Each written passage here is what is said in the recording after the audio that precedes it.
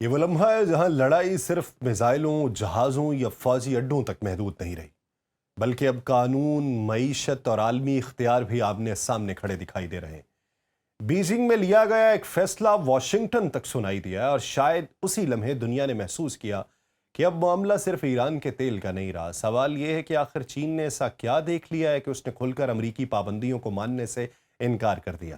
کیا یہ صرف اپنے تجارتی مفادات کا دفاع ہے یا دنیا کو یہ پیغام دیا جا رہا ہے کہ اب ہر راستہ واشنگٹن سے ہو کے نہیں گزرے گا؟ برسوں تک امریکہ کا دباؤ ہی عالمی قانون سمجھا جاتا رہا، مگر اب پہلی بار ایک طاقت اسی نظام کے سامنے دیوار بن کر کھڑی ہوتی دکھائی دے رہی ہے۔ یہ صرف دو ملکوں کا اختلاف نہیں، بلکہ دو مختلف عالمی تصورات کا ٹکراؤ ہے، جہاں ایک طرف پرانا مالیاتی نظام ہے اور دوسری طرف ایک نئی طاقت اپنے اصول لکھنے کی کوشش کر رہی ہے۔ اور شاید سب سے اہم سوال یہی ہے کہ اگر دنیا واقعی دو معاشی حصوں میں تقسیم ہونے لگی تو پھر آنے والے برسوں میں فیصلے طاقت کرے گی یا تجارت؟ آپ سب پر سلامتی ہو، میں یاسر رشید ہوں اور آپ دیکھ رہے ہیں سنو نیوز۔ ناظرین، اس پورے معاملے کو سمجھنے کے لیے سب سے پہلے یہ جاننا ضروری ہے کہ اصل تنازع کیا ہے۔ امریکہ نے چین کی 5 آئل ریفائنریز پہ پابندیاں لگائیں، جن پر الزام لگایا کہ وہ ایرانی تیل خرید کر تہران کو مالی فائدہ پہنچا رہی ہیں۔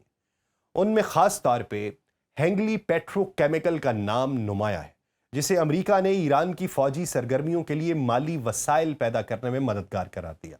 یہاں ایک بنیادی نقطہ سمجھنا ضروری ہے کہ امریکہ کی ایران پر پابندیوں کا مقصد صرف ایرانی معیشت کو کمزور کرنا نہیں، بلکہ اس کے تیل کی فروخت کو محدود کرنا بھی ہے، کیونکہ ایران کی معیشت کا بڑا حصہ تیل کی برآمدات پر منحصر ہے۔ لیکن مسئلہ یہ ہے کہ اگر دنیا کی دوسری بڑی معیشت یعنی چین یہ تیل خریدتی رہی تو پھر پابندیوں کا اثر کمزور پڑ جاتا ہے۔ یہی وجہ ہے کہ واشنگٹن اب صرف ایران کو نہیں بلکہ ان غیر ملکی کمپنیز کو بھی نشانہ بنا رہا ہے جو ایرانی تیل کے کاروبار سے جڑی ہوئی ہیں۔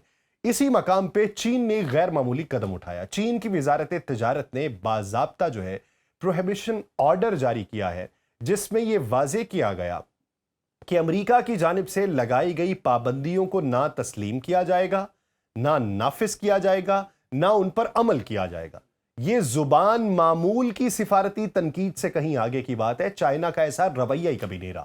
دراصل چین پہلی بار اپنے اس قانون کو عملی طور پہ استعمال کر رہا ہے جو اس نے غیر ملکی پابندیوں کا مقابلہ کرنے کے لیے بنایا تھا۔ یہ قانون کیوں اہم ہے؟ کیونکہ امریکہ برسوں سے اپنی طاقت صرف اپنے ملک تک محدود نہیں رکھتا، بلکہ اپنی پابندیوں کو عالمی سطح پر نافذ کرنے کی کوشش کرتا ہے۔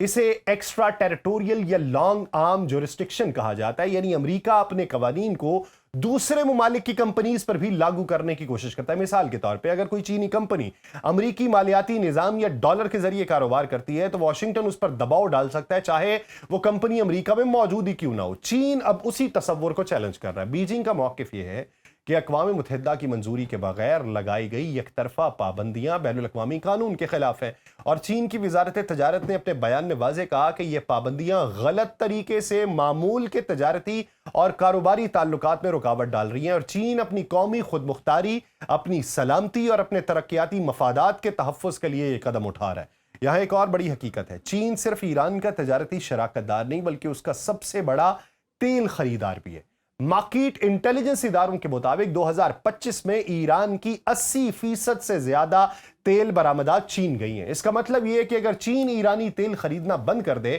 تو تہران کی معیشت کو شدید دھچکا لگے گا، لیکن اگر چین خریداری جاری رکھے تو ایران کے لیے ایک معاشی راستہ کھلا رہے گا۔ اسی لیے یہ تنازع صرف تیل کا نہیں، عالمی طاقت کے ڈھانچے کا مسئلہ بھی ہے۔ امریکہ یہ دکھانا چاہتا ہے کہ وہ اب بھی عالمی مالیاتی نظام پہ اتنا اثر رکھتا ہے کہ کسی بھی ملک یا کمپنی کو دباؤ میں لا سکے۔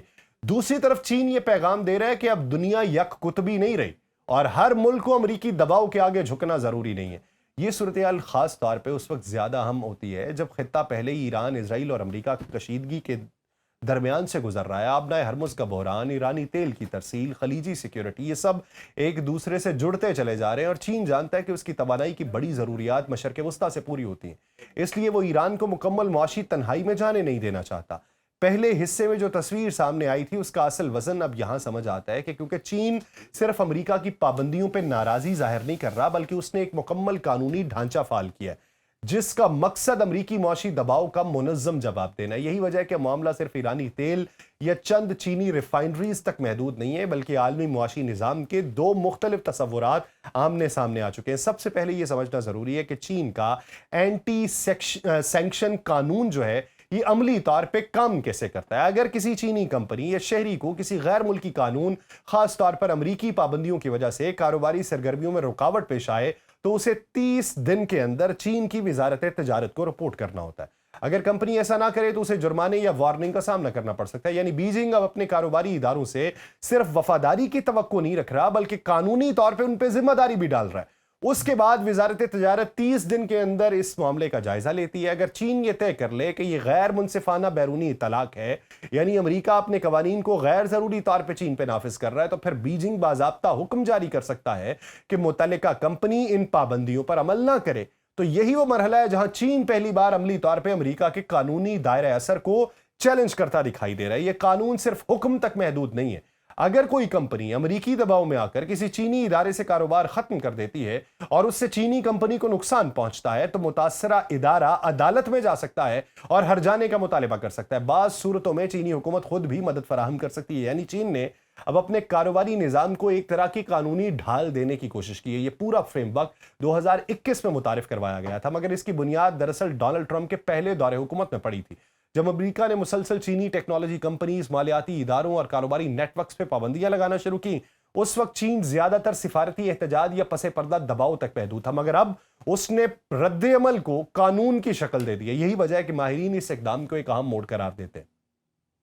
بہت سے محقق جو ہیں جن میں نیمے میسومی بھی ہے، ان کے مطابق چین اب وقتی رد عمل کی بجائے ایک مستقل حکمت عملی اپنا رہا ہے۔ بہت سارے محققین کے مطابق پہلے بیجنگ ہر معاملے پر الگ الگ رد عمل دیتا تھا، مگر اب اس نے امریکی پابندیوں کو ایک طویل المدتی نظامی چیلنج سمجھ کے اس کے مقابلے کے لیے مستقل قانونی بنیاد فراہم کر دی ہے۔ یہاں اصل سوال یہ ہے کہ چین کے اس اقدام کی اہمیت کتنی ہے۔ پہلی نظر میں یہ صرف ایک قانونی آرڈر لگتا ہے، مگر حقیقت میں یہ عالمی طاقت کے توازن میں تبدیلی کی علامت ہے، کیونکہ کئی دہائیوں تک امریکہ عالمی مالیاتی نظام کو اس طرح استعمال کرتا رہا کہ اگر کوئی ملک یا کمپنی امریکی پالیسی کے خلاف جاتی تو اسے ڈالر، بینکاری نظام یا عالمی تجارت سے کاٹنے کا خطرہ ہوتا تھا۔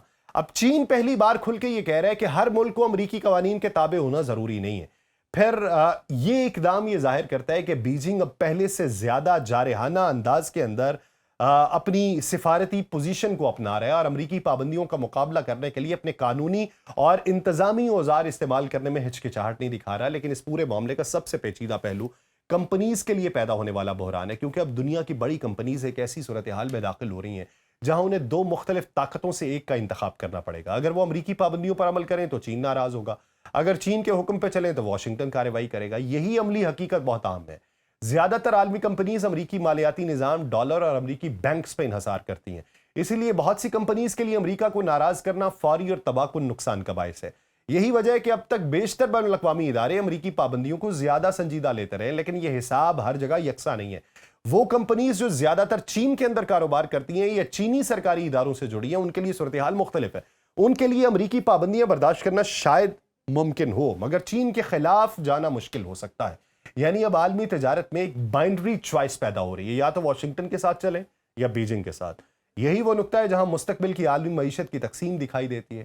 ایک ایسا نظام جہاں کمپنیز، بینک، تجارتی نیٹ ورکس اور حتیٰ کہ ٹیکنالوجی سپلائرز بھی دو الگ الگ بلاکس میں تقسیم ہوں گے۔ اور اسی تناظر میں چینی سرکاری میڈیا اس قانون کو دوسرے ممالک کے لیے ایک مثال کے طور پہ پیش کر رہا ہے۔ چین کا موقف ہے کہ اس نے دنیا کو راستہ دکھایا ہے کہ امریکی لانگ آرم جورسڈکشن یعنی بیرونی ممالک پہ امریکی قوانین کے پھیلاؤ کا مقابلہ کس طریقے سے کیا جا سکتا ہے۔ کچھ ماہرین کے مطابق مستقبل میں رشیا یا حتیٰ کہ یورپی یونین جو ہے وہ ایسے ماڈل سے متاثر ہو سکتے ہیں، کیونکہ وہ بھی اکثر اوقات امریکی پابندیوں اور دباؤ کا سامنا کر چکے ہیں۔ لیکن دوسری طرف کچھ تجزیہ کاروں کا خیال ہے کہ روس اور ایران جیسے ممالک پہلے ہی امریکی مالیاتی نظام سے بڑی حد تک کٹے ہوئے ہیں، اس لیے ان کے لیے اس قسم کی قوانین کی عملی اہمیت محدود ہے۔ اگر اس پورے منظر کو ایک وسیع زاویے سے دیکھا جائے تو یہ نظر آتا ہے کہ اصل جنگ صرف تیل یا پابندیوں کی نہیں بلکہ عالمی اختیار کی ہے۔ سوال یہ کہ آنے والے برسوں میں دنیا ایک ہی مالیاتی اور قانونی مرکز کے تابع رہے گی یا مختلف طاقتیں اپنے الگ الگ معاشی دائرے بنائیں گی، اور شاید چین کا یہ تازہ قدم اسی بڑی تبدیلی کا ابتدائی اشارہ ہے، جہاں پہلی بار ایک عالمی طاقت کھل کے کہہ رہی ہے کہ وہ امریکی معاشی دباؤ کے نظام کو صرف برداشت نہیں کرے گی بلکہ اس کے مقابلے کے لیے اپنا متبادل ڈھانچہ بھی کھڑا کرے گی۔ مجھے دیجیے اجازت، اللہ نے کے بعد